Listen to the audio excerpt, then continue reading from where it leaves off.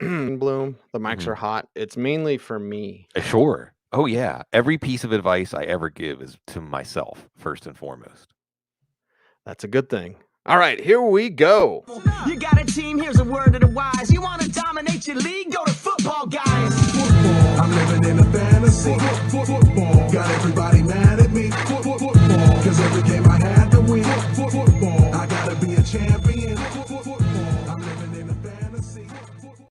Oh, look at us go. Look at us go from young and clean shaven to old dirty hippies. That's right. Yeah. It is the audible. I kind of like my dirty hippie phase, Bloom. I think it's great, although I still feel like it's more like dirty metal rock. But either way, it's dirty. That's what's important. And you can see the look of wonder and excitement and potential before we learn the truth about the world. But we're gonna learn the truth about week 7 today. Yeah, that we are. Great segue into, oh boy, Josh McDaniels. Really? Really? Okay, 30 to Yeah. 12. 30 to 12 Chicago. Oh my God, kicking ass on the wild side. We'll get to the Bears in just a little bit. Let's talk about Brian Hoyer, who got pulled so Aiden O'Connell could come in late. A couple of picks from Hoyer. The decision to go with Hoyer, Right. I'm going to defend my guy, Aiden O'Connell, dude. Yeah. Like the decision to go with Hoyer, you're going nowhere, Vegas. You have a know-nothing coach. You have a no good owner, and Tom Brady. And then it's like you could at least learn about Aiden O'Connell. And instead you go, let's go with Hoyer. And then you get waxed by the Bears. The Bears aren't good. We'll get to them in a little bit, but I'll stick up for Aiden O'Connell. Anyway, Devontae Adams said, throw me the ball more. And they did. 12 targets, 7 for 57. Jacoby Myers, 13 targets, 7 for 50 and a touchdown. There's the Aiden O'Connell touchdown. Josh Jacobs didn't do much. And there were some Jacobs plays. Well, it might have been one of those dropped passes. And it's just like the heart is just gone. Not from Jacobs necessarily, Bloom, but you Right. just see it on the Raiders. Is like you drop a pass, like, here we go again. Yeah, the Raiders franchise. That's what's gone. It's a ghost ship. Like you said, Cease, they started Aiden O'Connell earlier this year. They go with Brian Hoyer. Hoyer does lead them to the win last week. However, by the end of the game, it's almost like they admitted their mistake putting Aiden O'Connell in there. And I think we're supposed to see Jimmy Garoppolo next week, Monday night game. Get to watch this ghost ship franchise against a no longer ghost ship Lions. We'll get to them. Adams gets his targets, had a touchdown off of his fingers. Josh Jacobs had a touchdown where he didn't quite get both feet in. Chicago's defense better? Maybe not one of the worst. You did see a garbage time touchdown for Jacoby Myers, who continues to be consistent enough to be in our lineups every week. Michael Mayer, we were excited about going into this one. No, it's not there for him. So maybe back to the waiver wire.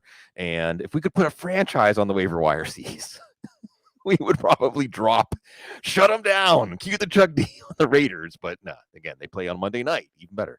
Well, Joe always says things change pretty quickly around here, and I'll say it because they're the number one football team in Division II.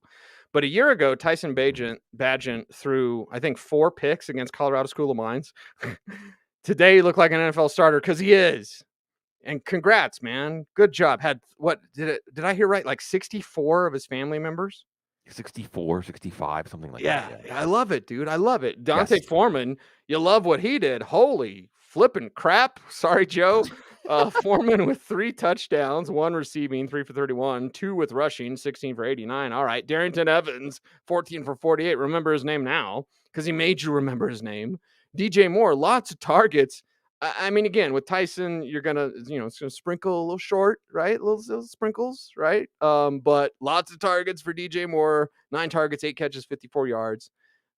All right, there you go. But they win, and they win running away, literally running away from this team. Yeah.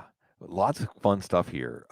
With Dante Foreman, you get the 3 touchdowns. And it's not just Dante Foreman who ran with the physicality that we expect from him, which made it so curious, Cease, that the Bears didn't even want to use him at the beginning of the year. And maybe that says something about Roschon Johnson, who we may or may not see next week.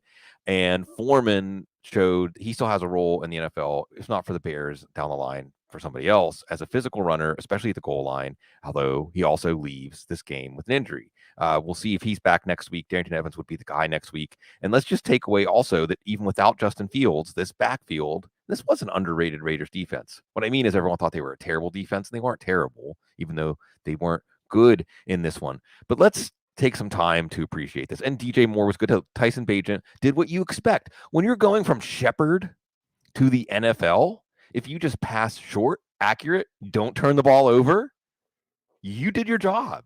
And he's just going to grow from here. So this is great. And they don't have to rush Justin Fields back. Next week, Chicago's going to face the Chargers. So this is great. You saw the short range target. So at least DJ Moore, you can keep in your lineup. Maybe not so much Cole Kmet. But let's talk a little bit about this story. It was 65 friends and family. He gets the start, Cease. And I believe that this is a story that you can go back to him at Shepherd. And even to get the opportunity he got at Shepherd, he had to believe in himself. And I think this is another moment that we should really enjoy this. We enjoy it about professional sports. And we enjoy these stories because they remind us that truly, if you look around, anything is possible with self-belief. And I'm not saying self-belief is enough to make it possible, but self-belief is that one element that it is impossible without. And he has been going against expectations, against people telling him, no, you can't, for basically his whole meaningful football career. And I, for one, look forward to everything that comes next. And I want to celebrate with all 65 of those friends and family. I should have already known this, Bloom, but he won Harlan Hill, right? Yes. So was it Bernard Scott that we did back in the day? Abilene Texas Christian. First the Nation game. So it's like, yeah, the Heisman for Division II, that player doesn't always make an NFL impact, but that player can play. Right. And Bagent can play. That's for sure. Chuck is new in the chat room. Chuck, we appreciate you, man. Thanks for joining us here. We like that, man. He asked me what Stay Frosty was, so I had to tell him what Stay Frosty was, because that's what we're doing on this program. And okay, I can't say this, Bloom. I totally want to say this. Like, totally. I totally want to say this. Those black helmets for the Indianapolis Colts are fire. Yeah. I'm too old to say that. I can't say fire, lit, or cap, or bet, right? I tell Avery something, and she's like, bet. I'm like, what? Right. Anyway, like, okay, all right, Indianapolis. But you lost. And that look was pretty damn sharp. 39-38, Browns over the Colts. Let's get to it, because Deshaun Watson gets banged up. It was a concussion, right? Or was it a shoulder? Who knows? Both? Who knows? Only Deshaun.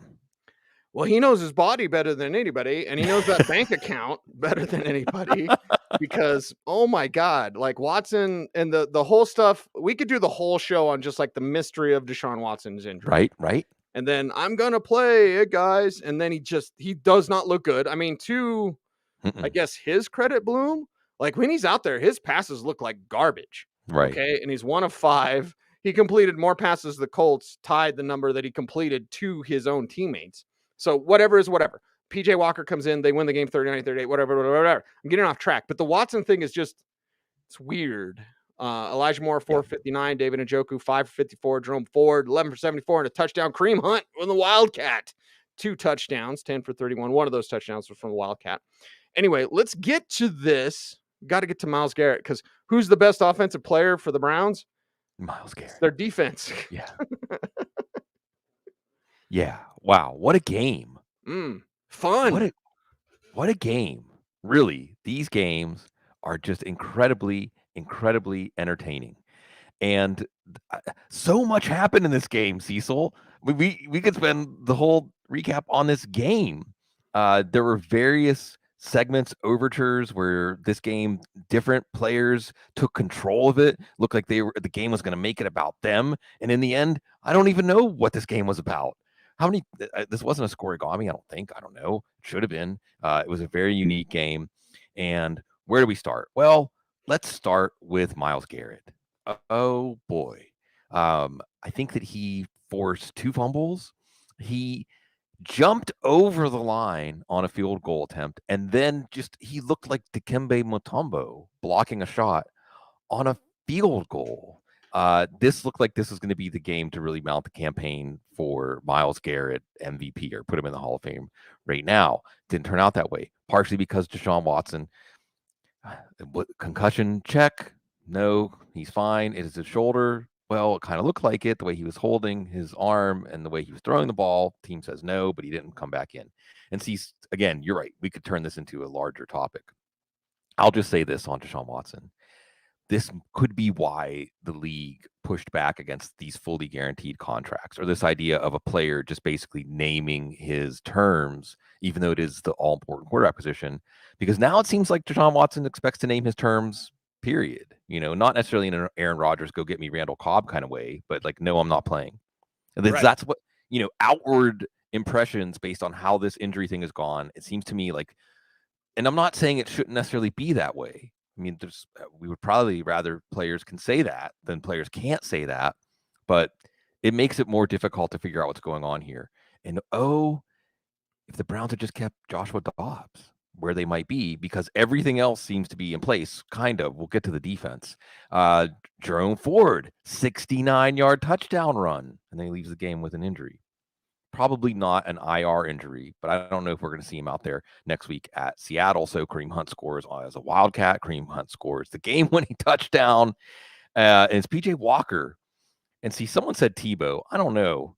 Or Doug Flutie. If a quarterback has given us 2 wins back-to-back that are so nerve-wracking, because it seems like PJ Walker is going to be the reason they win and PJ Walker is going to be the reason they lose. Just back and forth like a tennis match. Watching this game and the San Francisco game last week. It's incredible entertainment, incredibly compelling football. And PJ Walker will always have this to remember. These are just some incredibly memorable wins.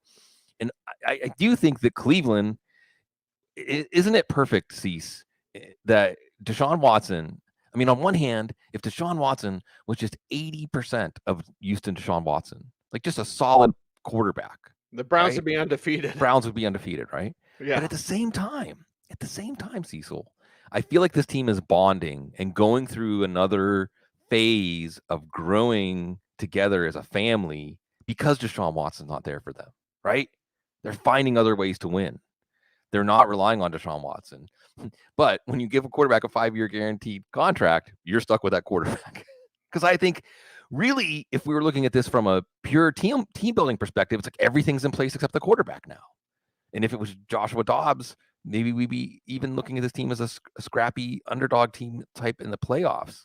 But then again, you watch this defense and you see what Gardner Minshew and Shane Steichen and company did, and you wonder, well, probably it's all going to come unraveled. It's all going to come undone, as Bjork said. Actually, one of my favorite Bjork songs, by the way.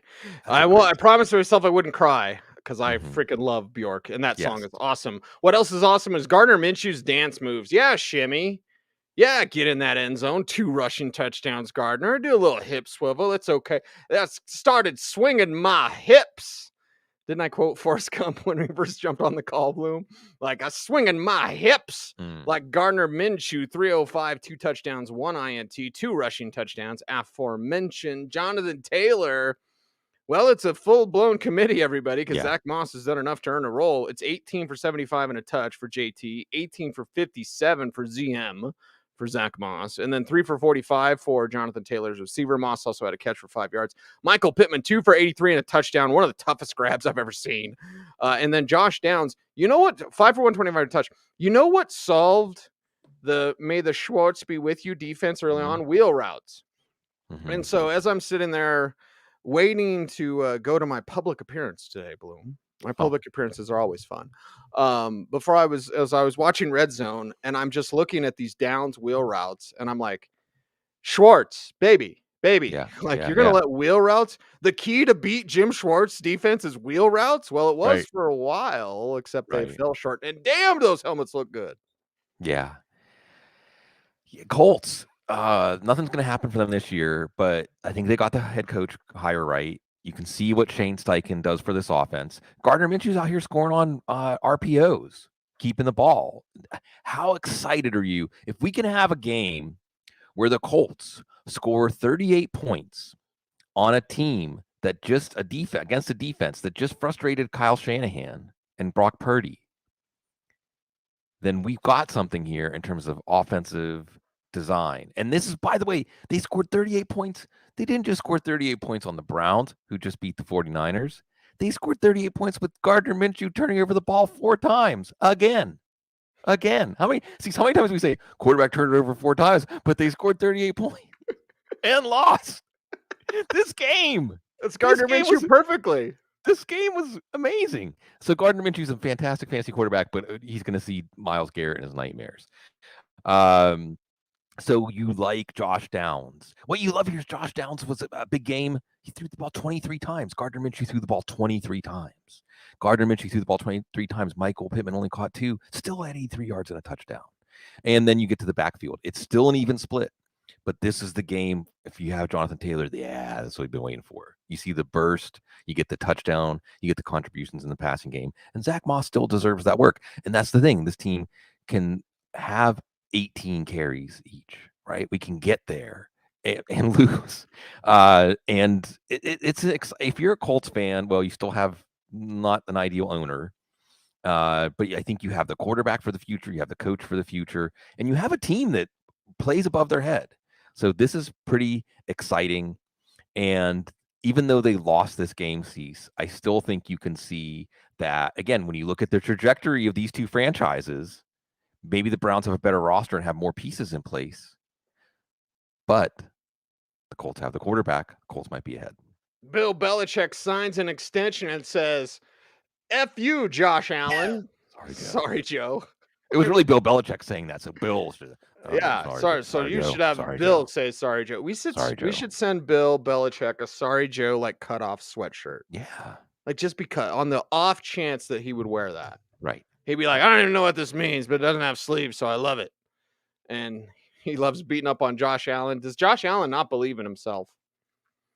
29-25, the final score. New England gets the win. And the Bills, come on, man. Come on. And I'm just watching Josh, and I've watched Josh closely and his mannerisms and following his career closer than anyone, Bloom.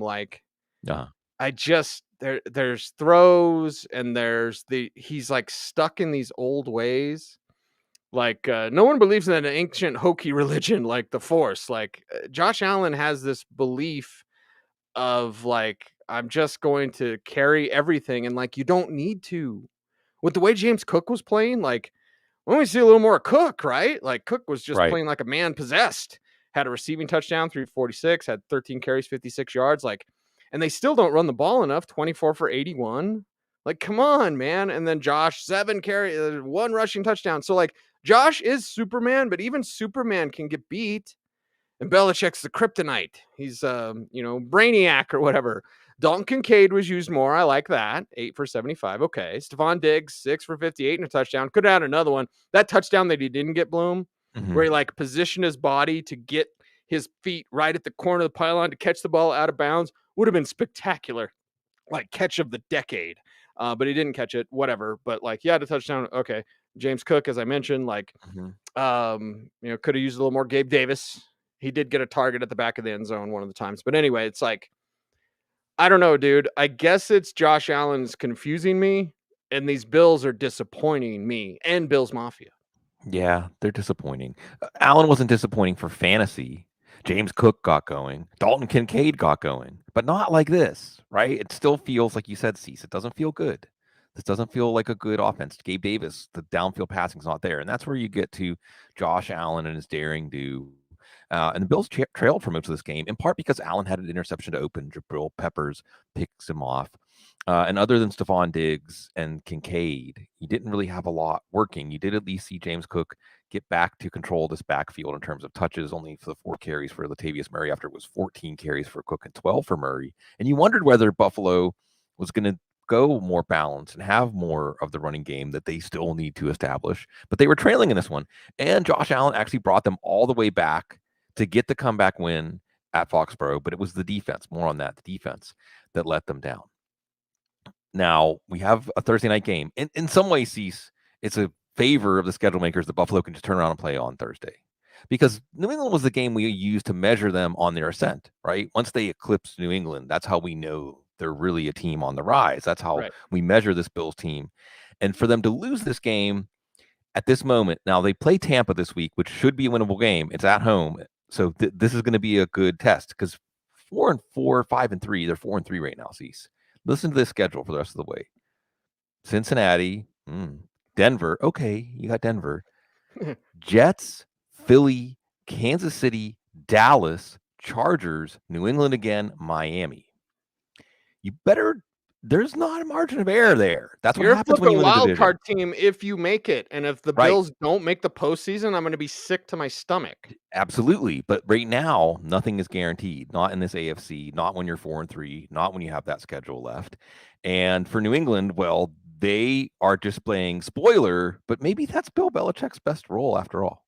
Yeah, he likes to be a grumpy old spoiler. That's for sure. He's actually a cut up in real life. I've Yeah. told that story before, Bloom, but and I've been around him just a little bit. He's a ham. Sure. Mac Jones is an aloha. And I Yeah. wish I could say the real word. I flipping hate Mac Jones. He's not a Anyway, ham. He's just a butt. these are Boston the butt. jokes, everybody. Mac Jones, hey, 272, 2 touchdowns, no INTs. Kendrick Bourne, 6 for 63 and a touch. Okay. Mike Gesicki with the walk-off touchdown. All right. Demario Douglas, 7-11, always open, 454. Love him. Love him, love him, love him. Put a pin in it. Ramondre Stevenson, 6 catches, 51 yards. Also 9 for 34 on the ground. Zeke, rushing touchdown, whatever. Okay. You win. You deal your division rival a blow, but what do you learn, Bloom? Yeah. You always get the joke like 30 seconds after the time when he's not a ham, but he is a rump roast. He's a rump roast, Mac Jones. And he's a confident quarterback coming out of this game. He's confident. He's feeling good. This offense finally showed signs of life. And I think one of the things, whether we're talking about Baltimore's passing game, or we're talking about the Giants defense, or we're talking about Mac Jones and the New England pass offense, give it time. So we've had this season in 18 weeks. The first 6 weeks is a trimester, or the first trimester. Okay. The second trimester is going to be different. Identities are going to change. Injuries are going to happen. Things are going to gel. Things are going to start to deteriorate. And this offense came together good enough that Ramondre Stevenson is a PPR league, and even Ezekiel Elliott getting a touchdown. They're both good plays, decent plays in this one with 6 teams on bye. Kendrick Bourne, 2 good weeks in a row. May we have something brewing here. Playing Miami next week, you're going to need to pass. So Kendrick Bourne, if he's still out there, you're liking him. If you have him, you're thinking about playing him. And even Demario Douglas. And what you like about Demario Douglas is they're using him and trusting him in high leverage situations. He gets his pass interference and a catch on the play anyway to set up the game-winning touchdown. And see, sometimes it's just as simple as this. Who on your roster can get open? Who can actually get open? Create some separation. Because that's Mac Jones. Mac Jones is not going to be somebody who makes these amazing pinpoint anticipation throws, and he's not going to be someone that creates. Someone has to get open. Like the play has to work the way it's supposed to. Demario Douglas has been that guy. 300th win for Bill Belichick against Shula and Hallis, and he belongs there. He belongs with those names, and he'll face Shula's team that he's most associated with in Miami next week. Washington and the G-Men is up next as our Week 7 recap continues here on the Audible. And I just want to blame Sam Howell for everything. 14-7, the Giants get the win. The Commanders lose. And here's the thing. And yes, Howell was under duress all day. 6 sacks. Slow that down. Yeah. Threw a pick. Any fumbles? Well, fumble, James Crowder fumble. Anyway, and this isn't because I'm the ultimate Jahan Dotson defender, okay? I'm not saying this because of apologist. Apologist, right. But look at the targets where Dotson's wide open and Howell can't get him the ball. Either because his arm is too weak or he doesn't have the time to throw it. And when he does, it ends up being short or even picked off. So again, not apologizing for Jahan Dotson. He's been a complete bust, although I did Wilson Phillips him. I'm never going to let him go. Anyway, nothing is over. Terry McLaurin, 6 for 90. Logan Thomas, 4 for 51. Jahan, 5 for 43. But it just goes back to Howell. What would this team look like if Jacoby Brissett was running the show? Yep. We might be finding out. Yeah, we might be. It's kind of a honeymoon is over kind of game. And maybe the Giants defense is getting better. I mean, they're playing a lot better. And last week it was Josh Allen, so it wasn't just a quarterback behind a poor offensive line that is inexperienced like it was with Sam Howell. There was a riverboat Ron moment in this game, Cease. They were down 7 second half, 4th down and 3 inside the 10, down 14-7. I think I know what probably, I mean, if you can't get 3 yards in that situation, because you have your playbook, because that's actually a pretty sweet situation for the playbook. If you're at the 9-yard line, right, and it's 4th and 3, well, what's the defense going to do? They're going to defend the goal line? Or are they going to defend the first down line? You can do some stuff with this, right? You should probably have something in your playbook with a defense that is also looking at the goal line, since it is the 4th quarter and you're down 7. You can probably find something that pretty reliably, when you have quick receivers that uncover, like Dotson and Samuel, probably something's going to work. He kicks the field goal. And what happens? Blocked. 27-yard field goal attempt, blocked. And, well, so it's just, this is Washington. At least Dan Snyder's not part of it. Dotson back kind of. Terry McLaurin had an incredible game. Took some big hits, made some big catches, played like a number 1 receiver. So you're happy playing him. Curtis Samuel, you're not sure about. Sam Howell, now you're not sure about. Second dud of the year for him. First one was against Buffalo. Buffalo defense was outstanding. With Washington next week going against Philadelphia, you want to consider Sam Howell. It's easier in quarterback 2 super flex leagues. You're not sure what you have there. I know this. I'm pretty sure that the Giants have a better offense with their backup quarterback in. Can Daniel Jones learn from Tyrod Taylor? Perhaps. And it's real simple with Tyrod. Throw it quick or start running. And watching this game, and again, I watched about a half Eddie.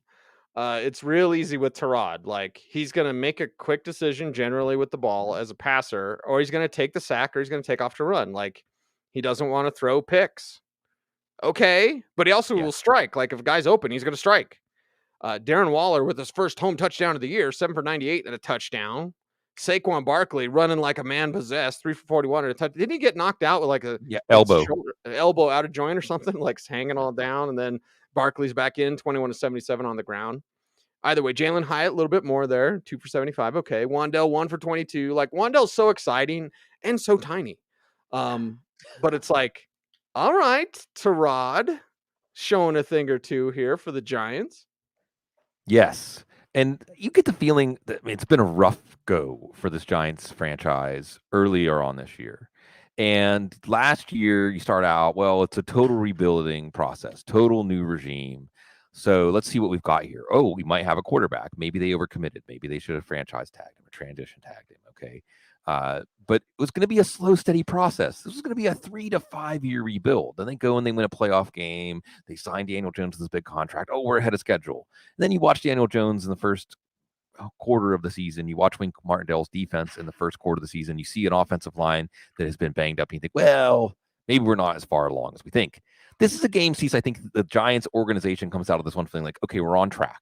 We're on track. Now we have a young defense that's starting to come together. And with Tyrod Taylor, you see that the pieces of this offense, here's what's exciting. Tyrod Taylor hitting Jalen Hyatt for a deep ball. You know, that's not Tyrod Taylor's game. That's exciting. That's actually Daniel Jones' game. You have in the short passing game, intermediate passing game, Darren Waller. Finally, it takes Tyrod Taylor to see this. Remember all the reports this summer? Oh, Darren Waller, no one can cover him. He's catching everything. That was with Daniel Jones, a quarterback. You see that game finally happen with Tyrod Taylor. And for fantasy, Tyrod Taylor, there's something there. I think that if you're a Giants fan, you think, let's let Daniel. He wasn't even clear for contact as of Friday. This is the game against the Jets. Let's let him sit again and see what Tyrod Taylor can continue to do here. You're much more happy with Saquon Barkley now that he got the touchdown on a reception. And like you said, Cecil, was a jammed elbow. He said he's going to be fine. I think he'll probably be fine, although the Jets are punishing. Because Tyrod Taylor's doing such a good job spreading the ball around, Darius Slayton, Wan'Dale Robinson didn't do as much. And again, you're getting contributions from Hyatt, from Waller, from the new additions in the offseason. And the last thing I'll say, Cease, is when a team needs a bridge quarterback next year, I don't know, maybe Tyrod Taylor's under contract. But either way, this guy should be starting. Cease, how many years ago do we say he's one of the best 32 quarterbacks in the NFL? This was like when he was in Baltimore, right? Mm-hmm. It was Buffalo that gave him the chance. He should be starting. He should be starting somewhere. He is a good quarterback. Yep. Well, Detroit and Baltimore, Bloom. I feel like I should just get out of the way on this one. Yeah, But we got a lot to get to because it was pretty evident early on that Baltimore came to play and Detroit was just, it wasn't their day. I believe Dan Campbell said at halftime, like, our focus and discipline hasn't been there. You think? It was 28-0 at half. It ends 38-6. The final score, the Baltimore Ravens over the Detroit Lions. Both teams are 5-2. Let's talk about the Lions first. Goff with a pick, and he's slinging it, baby. I mean, it was 28-0 half. Obviously, they don't run the ball. They abandon it. Although Jahmyr Gibbs had 68 yards and a touchdown on the ground, 9 for 58 as a receiver. Sam Laporta, 6 for 52. Amon-Ra St. Brown, the Sun God, 13 for 102. Just not a lot here. Jameson Williams was targeted 6 times, didn't have a catch. I would rather have Jahan Dotson on my team than Jameson Williams. But again, I'm the apologist. Bloom, you're the Lions super fan. Yeah. So what the sorry Joe Right. happened today? Well, first of all, Baltimore's front now is making a lot, just creating pressure every week. And they were able to really harass Jared Goff. The running game without David Montgomery didn't really get on track.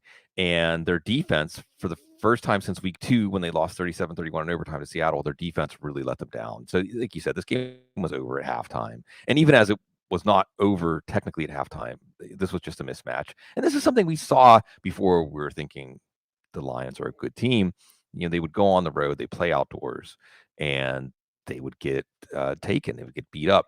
But you at least saw in the second half, hey, Jared Goff will give garbage time a go. So Amon-Ra St. Brown was fine. Sam Laporta was fine. Jahmyr Gibbs, at least you see him carry a big load, even if it was against a prevent defense, post really good numbers. So at least finally your Gibbs pick has paid off, not necessarily under the best circumstances for the team. And again, the good news is, let's put this behind us. Baltimore's good. We're going to talk more about that. Baltimore's good. You lost to a good team on the road. Sometimes even good teams get thumped on the road.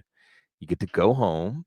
You get a Monday night game in front of a home crowd that is excited. You still have a winning record. You're still clearly the best team in a bad division. Everything is still very much on track. And if anything, Cease, how many times have we seen, I'm not saying the Lions are going to be a Super Bowl team. I'm not saying that. But how many times have we seen a loss like this, Cease, especially for the kind of coach and coaching staff Dan Campbell has and is? It shows you what you need to work on. It's like, thank you. Thank you for showing us this. Thank you for putting this on tape so we can show it to everybody and say, this is what we got to work on so we can get better. Yeah, lots to work on. And if you're Lamar Jackson, if they play like this, they're going to win the Super Bowl. Yeah. Yeah. I mean, simply put, and listen, all due respect to Justice Hill, but you can't trust him. Like, okay, how's that going? Gus Edwards, fine, but this is the Lamar show. And Edwards with the catch for 80 yards, all right? So he's more than fine, everybody. And you see it, and what's so different is that Todd Monken has adjusted the spacing. I love the positionalist stuff that's infiltrated the NFL for smart teams, but I also love the spacing. Again, kind of more basketball concepts coming onto the field. Yep. And the spacing with Lamar, you're dead. Okay, to quote Dash from The Incredibles, we're dead. Like that's what the Lions are. You're dead. You're dead. You go against Lamar with spacing and you adjust for said spacing. Now, when it's tight, they're going to run. They've got some tells. I chart plays so I can tell their tells. And if some slappy on the radio can, then you bet your ass defenses can. But when Lamar's doing this as a passer, how many of those plays would he have just broke off and run in years past? Right? And he was breaking off, run. I didn't run, and I'm throwing, and it's Mandrews, and it's Zay Flowers, who is beautiful, wonderful. I mean, we always look at Baltimore kind of with a jealous eye, Bloom, because they're so similar, or they have been similar to the Steelers, where our love lies. But this kind of game, I already respected the hell out of Lamar Jackson. This type of game just makes you even more so. Yeah, I've been saying it on the show all week last week. It seems like they were just a few plays away, a little bit off from this pass offense coming together over the last few weeks, okay? Now it's come together, and it's against a Detroit defense that we thought was a pretty good defense going into this game. And we've seen so much fluctuation depending on matchups and momentum. And Cease, I think to highlight what you're talking about, As it is with Lamar Jackson, you have to play 11-on-11 football. That's a big deal, having to play 11-on-11 football. But what you're seeing now is Lamar Jackson thinking as a passer first outside of structure and really forcing the defense not just to play 11-on-11 football, but when the play breaks down, they still have to defend the whole field, like Josh Allen. They still have to defend the whole field. And that's tough. That's tough no matter how many NFL athletes, no matter what schemes you have, no matter what little things you figured out, shortcuts, things to get in someone's head. He's slinging it to open. Touchdown, touchdown, touchdown. Flowers, Aguilar, Andrews. Andrews gets a second one. The offense is coming together so much so that Gus Edwards is getting free for a long catch and run. Gus Edwards, this team the Lions had not given up a 50-yard rusher yet this year. Gus Edwards breaks that, gets rushing touchdown. It was easy. Everything was easy. Everything was easy. They easily could, if the Lions offense was having a good day, Ravens could have put 50 burger up in this one. That's how they were playing it. They just didn't need to. And Lamar Jackson, here's how you know it's good, Cease. I'll give you this one too. Lamar Jackson completed passes to 9 different receivers today. How many times have we said, there were some games he wasn't even completing 9 passes with Greg Roman. Yeah, it's exciting, Ravens. Exciting times. Next week, Arizona. And a confidence builder to be sure. Atlanta and Tampa Bay. Okay. Yeah. I have confidence the NFC about South sucks. I have Yes. confidence in that. I'm very confident that Desmond Ridder is not the answer. 19 or 25, 250. It's just, and he had rushing touchdown. Okay. So fantasy, different from regular football. Regular football, I'm moving on from Desmond Ridder. Fantasy, there's some value there. Tyler Algier. And this is the Bijan Robinson illness thing. Like, what a letdown for fantasy jams out there. The chat room's already been talking about it. Bijan Robinson barely saw the field. Oh, yeah, pregame he was sick. So, damn it. That sucks because I love Bijan. But Tyler Algier can do his thing. 21-59, if that's his thing. Cordell Patterson, 10 for 56. Drake London, 6 for 54. Could have had another touchdown there as well. Algier had 3 for 53 as a receiver. Kyle Pitts, 3 for 47. He's a cheat code, Bloom. Use him more.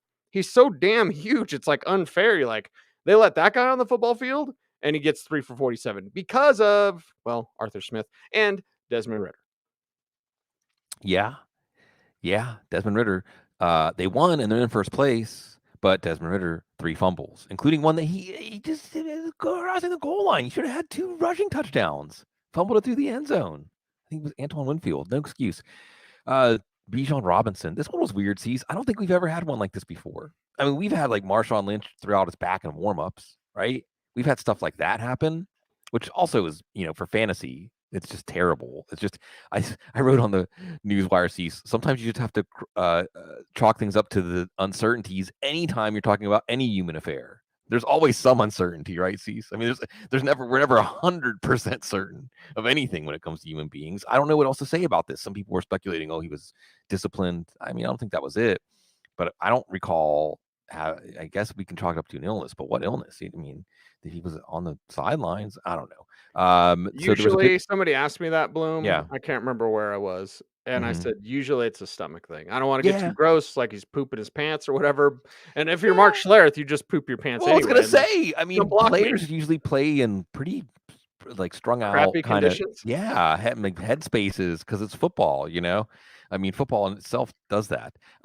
Drake London was okay. The tight ends did enough. The game script was a close, low-scoring game, so the running backs got their carries, just not Bijan Robinson. Tyler Algier got free on one of his catches, so he was okay if you had to play him, but they were able to be conservative. Cordell Patterson looked great on his carries.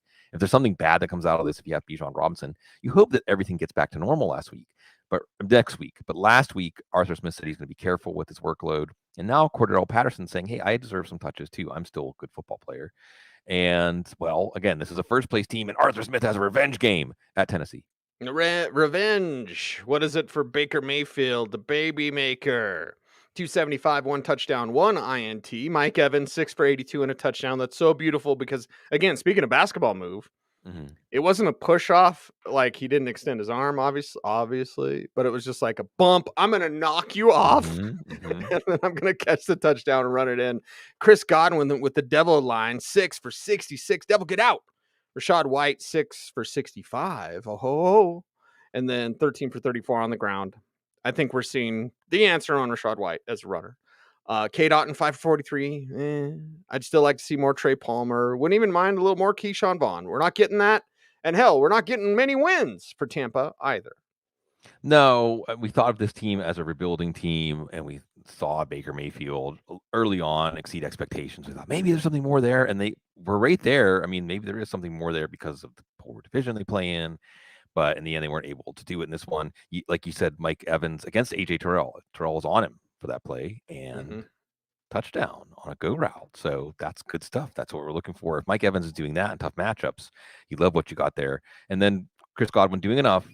Rashad White, at least as a receiver, doing enough. Running game still can't get the engine to turn over. Kate Otten even doing a little bit in the short passing game. We get to watch Tampa on Thursday against Buffalo, and yeah, just this division's depressing. And Atlanta's going to get a home playoff game out of it. And that's what's frustrating, Cease, is while they're in first place and winning, they're probably not going to make a quarterback change, even though they should. Even though they should. I think it was Think Football on YouTube. Don't leave this video, but make sure to check out that channel when you're done. They did a why Matt Canada's the problem video. It's like, hey, let me count the ways, but when you keep winning, oh, Matty gets to keep that job. The Steelers 24, the LA Rams 17 as we move on. Roll on here on this program, Bloom, and the Steelers get the win. How you feeling? How you living? Kenny Pickett, 230, no touchdowns, no INTs. George Pickens, 5 for 107. Deontay Johnson, we're back, 5 for 79. Connor Hayward, 2 for 23. Nobody starts him. You start him. Najee Harris, 14 for 53 and a touch, 3 for 15 as a receiver. Jalen Warren, 6 for 32 and a touchdown. By the way, Kenny Pickett with a rushing touchdown. So this is the way we roll. We roll, or should I say the Steelers with those 14 fourth quarter points to win the game. Wow. Yeah, this one got me a little verklempt, Cease. This one got me a little verklempt because all of our Southern California Steelers fans are folks who decided to take a road trip because it started getting colder, go get some sun, go to the beach. They were excited. And Cease, how I got to be part of one of these crowds, so it just warms my heart when they say it sounds like a home game in here for the Steelers. And it looks like an NFL offense, a poor NFL offense, but at least an NFL offense, a poor NFL offense. Can we strive for that? I mean, what I mean by poor is, I shouldn't say too poor, because with Deontay Johnson back, please stop taunting. Yes, I guess in the NFL, telling someone to shush is enough to potentially change the game, but Deontay Johnson, so you have him, he can uncover a short intermediate, get some first downs, move the sticks, and George Pickens and Kenny Pickett, bless his heart, Cece's doing what he says. If Pickens is outside one-on-one, gives him a chance to make the play, and George Pickens usually makes the play.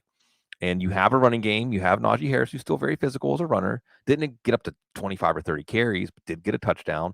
You have Jalen Warren with his burst and a touchdown. So now Jalen Warren didn't get all the catches he usually gets. Still was a reasonable flex in a deep league. But Najee Harris getting those 3 catches, now you're looking at him as someone with the Steelers with a functional offense.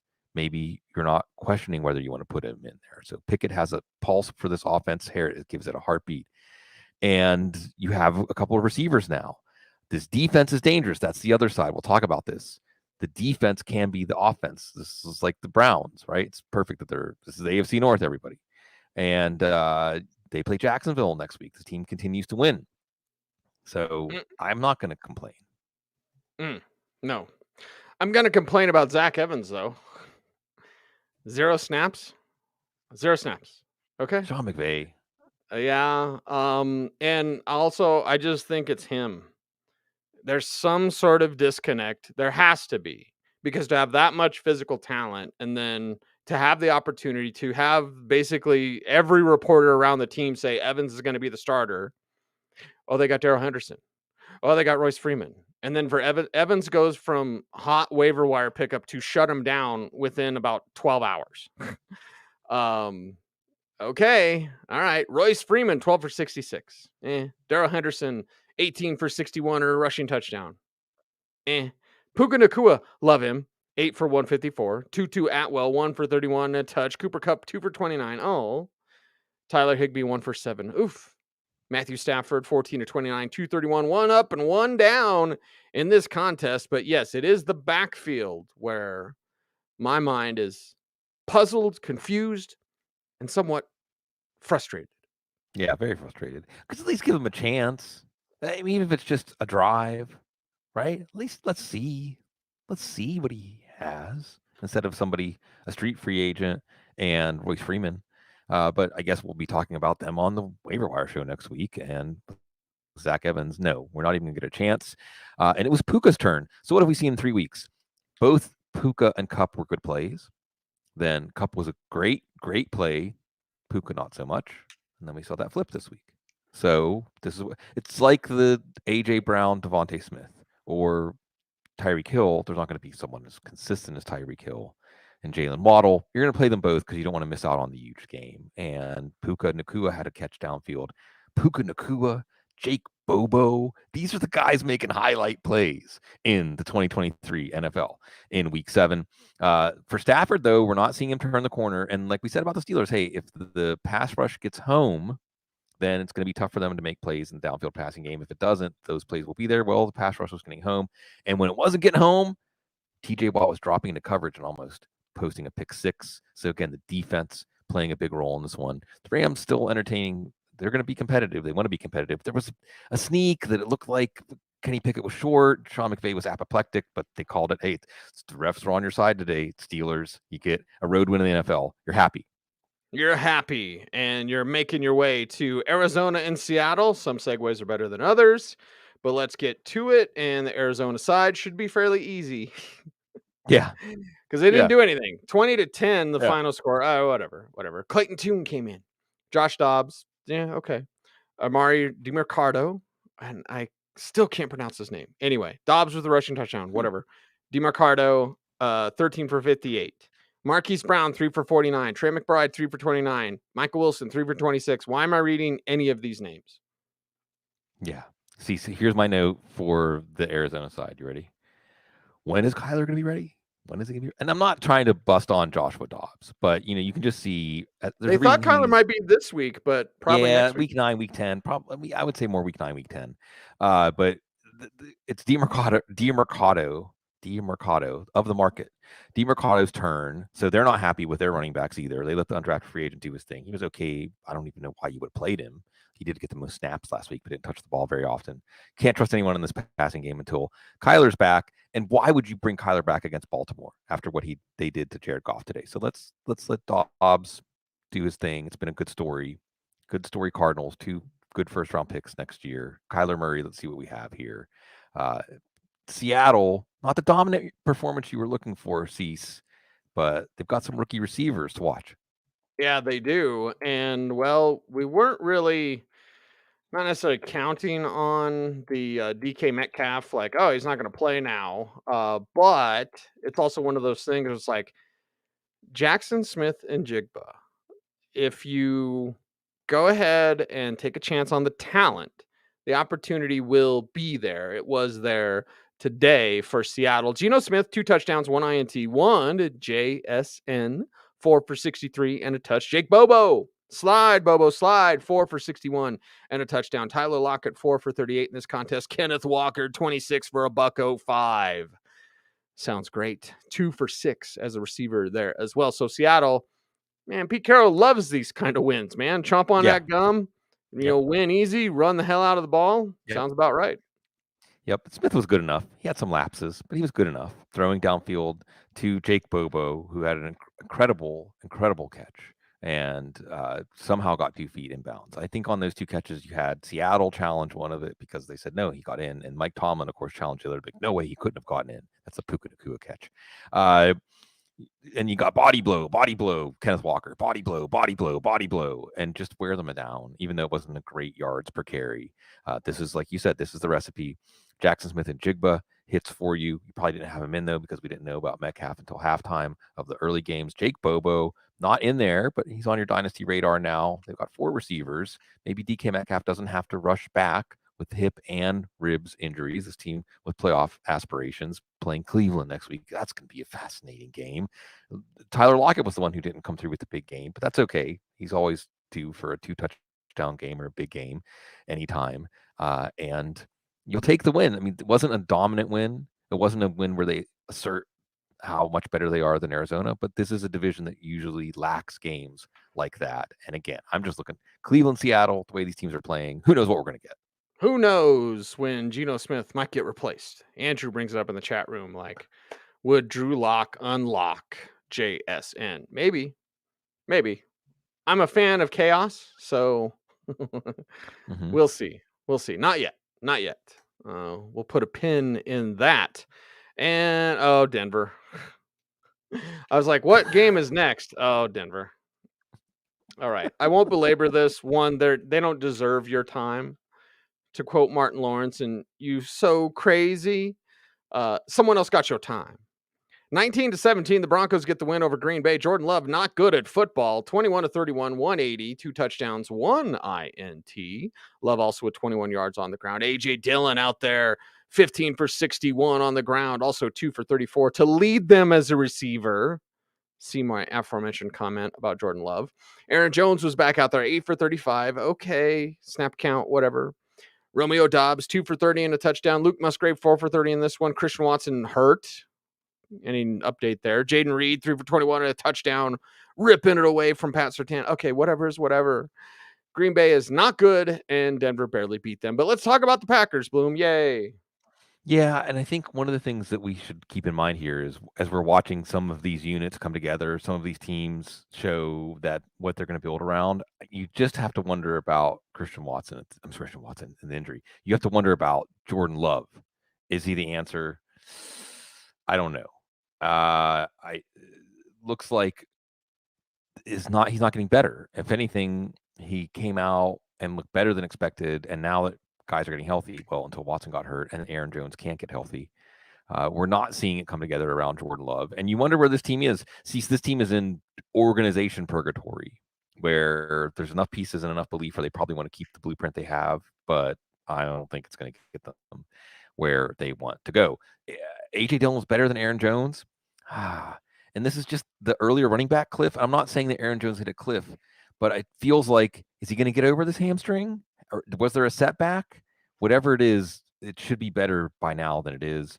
A.J. Dillon at least running with some physicality. Romeo Dobbs gets a touchdown on a deflection, and it wasn't even really a touchdown. It was just luck.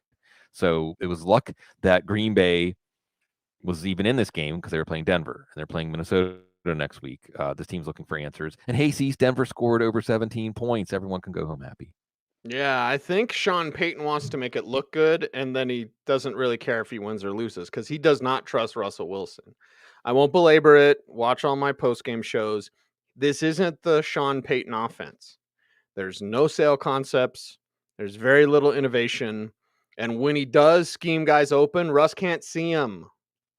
Or he gets the ball knocked down to the line of scrimmage. So, like, what's going on with Denver? Sean Payton doesn't trust his quarterback, who was 20 of 29 for 194 yards, 1 touchdown, no INTs. Be safe with the ball, Russ. Don't throw a pick, Russ. Like, he's definitely in, like, save my numbers mode. It's week 7. Cortland Sutton. Every time Sutton made a catch, I was like, yay. Oh, they're featuring him for a trade. Yay. Oh, I like Court. Court's friendly. Court's a good young man. Jerry Jeudy. That's all I have to say about that. 5 for 64. Whatever. Javonte, 15 for 82. Jaleel McLaughlin averaged 9 yards a carry. He can't get any more work. Marvin Mims can't even get on the field. Adam Troutman is not good for what they would need him to be. Like, yeah, you won, but entering this game, because the Bears, Bloom, the Broncos had the number 2 overall pick. Not anymore. Good job. Yeah, right. You get a win. Yay. For fantasy, I guess the main thing we take away here is Javonte Williams leads the backfield with his 18 touches compared to 11 combined for the backup. So maybe that's something we're not so happy about if we feel like Jaleel McLaughlin deserves more work. In a win, at least, or you would look at Javonte Williams as a flex play. That's what he can give you. Jerry Jeudy, Cortland Sutton, like you said, showcasing them for a trade. And really briefly, because we're getting down to it now, trade deadline, how many days away? 9 days away now? Something like that. How attractive are these guys as trade targets? Cortland Sutton is due for the rest of the year like $6-7 million. Jerry Jeudy is not due very much for the rest of this year, but he has, I believe, is it fully guaranteed? The 5th-year option next year, Yeah. 12, 13 Yep. million, fully guaranteed. So Yep. if you trade for Jerry Jeudy, you're on the hook for 13 million next year, which isn't a lot, but it's not nothing. Especially if Steve Smith's talking, if Cecil's not talking, other people are talking, right? So what are these guys worth? A 5th-round pick? 6th-round pick? Yeah, I'd say that. I guess. So we'll see. I mean, we want to project that there's some turnover in this offense. Marvin Mims gets more of an opportunity, but at the same time, who's going to step up and pay anything for these receivers right now? I don't know. And enjoy it. Next week, Kansas City comes to town, back to your regularly scheduled loser programming.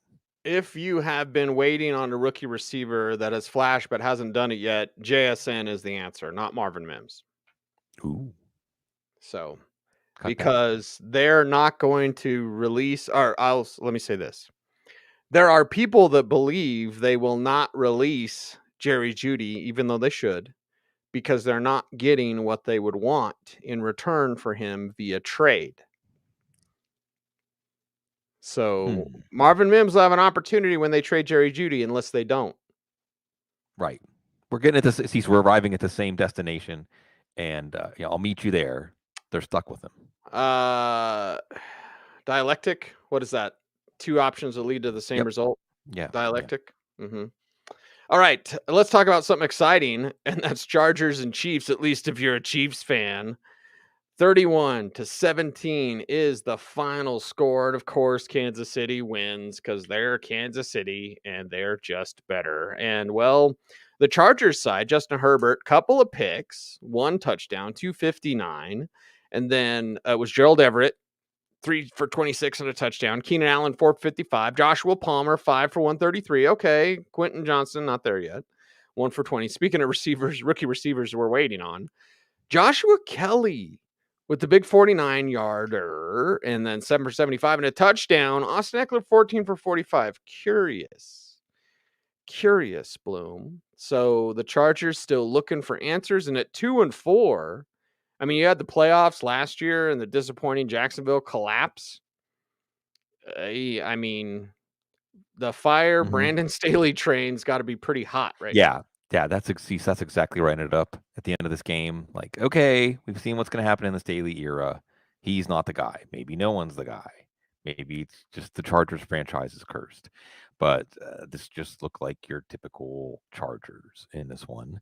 And what did that mean? Well, actually, it means let's talk about the Kansas City defense. And let's continue to talk about how unfair it's going to be if this team actually has a good defense, because you did see Justin Herbert hitting Josh Palmer downfield. And I guess, there's not going to be any more questions about who's going to break out, Palmer or Johnston.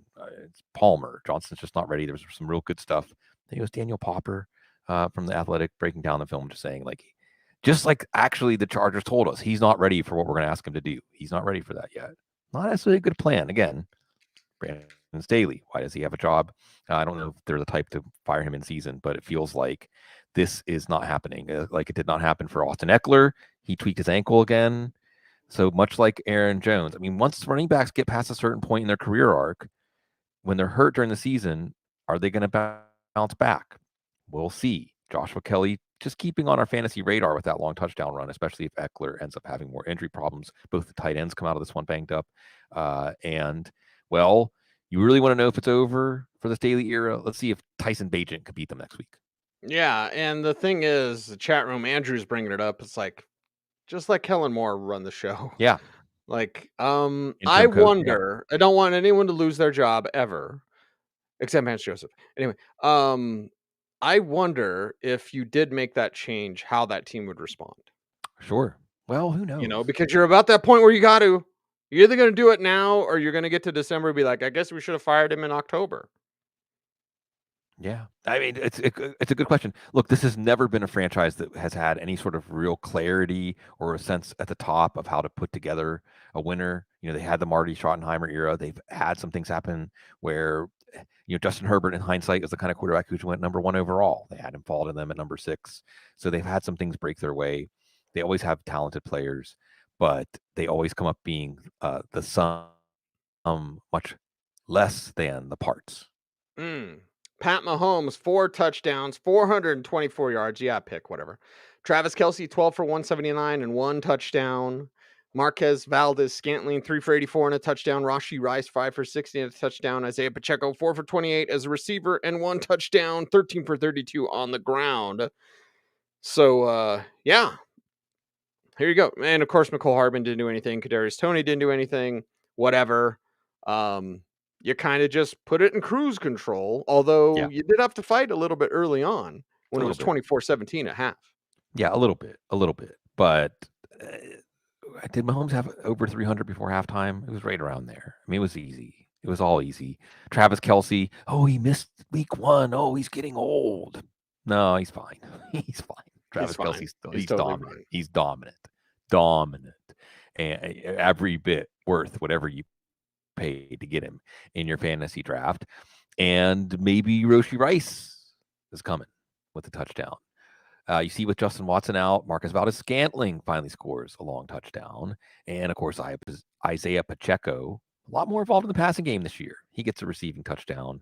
And one of these times, Pacheco is going to be good for scoring 2 or 3 touchdowns. This offense is going to be good for scoring 4 or 5 touchdowns a game. The way these things are going, certainly we might see a little more than the 19 points we got against Denver 2 weeks ago.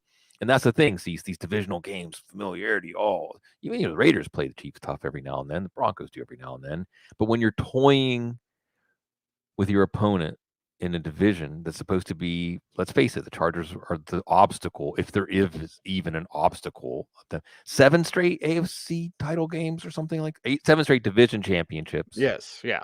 And they've hosted 5 straight AFC title games or 6 straight AFC title games. I don't even know what the number is. The specific numbers don't matter because they're actually getting better, Cecil. This might be the best version, even better than the Tyreek Hill versions that we've seen. And I think for fantasy, also, we haven't seen the best of what this team's going to produce this year. Go ahead and say it, Bloom. Go ahead Dynasty. Dynasty.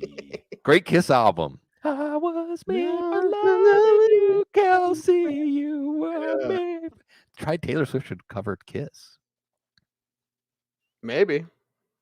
Or maybe not. Anyway. It was their disco album. A lot of people didn't like that album because it was their disco album. Yeah. I celebrate their entire catalog, including Music for the Elder, which was a soundtrack to a movie that was never made. Right. It's like a concept album, which is weird to hear Kiss do like concept albums, but that was right. They didn't officially have the makeup on or not have the makeup on for that one. It wasn't really a Kiss album. It was like a rock opera, but any of the albums were the makeup on. I just think of the stuff from Dynasty of being at the roller skating rink. Do the kids still go to roller skating rinks now? I hope so. They're out there. I just, maybe. I don't know. If they do, they should be playing that song by Kiss. I was made exactly. Get your disco ball out, ladies and gentlemen, and well, maybe some edibles. Sorry, Joe. Anyway, totally kidding, everybody. That's a wrap. We went over an hour. I'll scold myself, Bloom. That's okay. Anyway, it's light and sweet, baby. Let's talk a little bit of Kiss. Are we good? We good? Band, we done? We got it all? Did we got it all in there? Seriously, we got it all in there. And Philadelphia is humbling Miami as we speak. Yeah. What's the game? The game I didn't want to miss that we had to miss? What's going on? Jalen Hurts is doing it to Dallas Goedert. 17-3. Goddard's having a big game. Hurts has a rushing touchdown. And for everybody waiting on the Dolphins offense, it might not be the fantasy result you were hoping for. What's Mike McDaniel saving? Anyway, he's Sigmund. Follow him on all the socials at Sigmund Bloom. I'm at Cecil Lammey. The show is at The Audible. And do the YouTube things like, comment, share, subscribe, hit the notification bell so that you never miss a vid. We appreciate you all for watching. He's Sig. I'm Cease. We are The Audible. Stay tuned. And everyone, would you please go ahead and do this?